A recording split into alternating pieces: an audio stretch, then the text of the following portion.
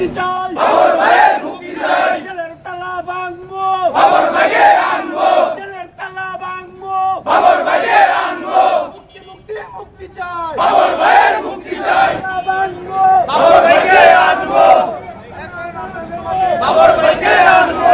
গণমানুষের নেতা, জনগণের নেতা লুৎফুজ্জামান বাবর সাহেবের জন্য এই মানববন্ধন যারা আয়োজন করেছে, এই রাজনৈতিক প্রহসনের শিকার, রাজনৈতিক ষড়যন্ত্রের শিকার, বিচারিক হয়রানির মাধ্যমে বাবর সাহেবকে 17 বছর যাবৎ জেলখানায় বন্দী রাখা হয়েছে।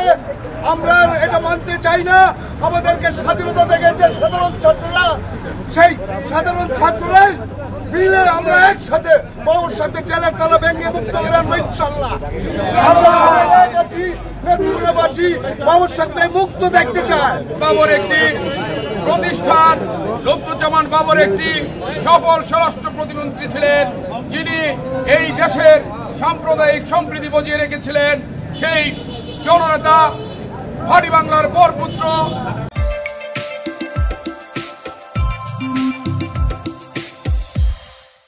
যিনি ভাটি বাংলার মানুষকে এখনো হৃদয়ে লেগে আছে, যার নাম শোনার সঙ্গে সঙ্গে কাউকে কোনো মেসেজ না দিয়েই এই মানববন্ধন সৃষ্টি হয়েছে। এই মানব প্রাচীর প্রমাণ করে, আজকের এই জনতা প্রমাণ করে, অনতিবিলম্বে এই সরকার লুৎফুজ্জামান বাবরের মুক্তি দেবে। আমরা আশা করি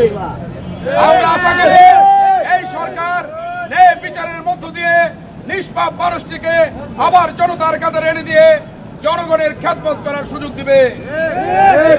নেত্রকোনার কৃতি সন্তান জনাব লুৎফুজ্জামান বাবর সাহেবকে মুক্তির জন্য আমরা আন্দোলন করে যাচ্ছি। নেত্রকোনাবাসীর সকল স্তরের লোকজন আমাদের সঙ্গে একত্রতা ঘোষণা করেছেন।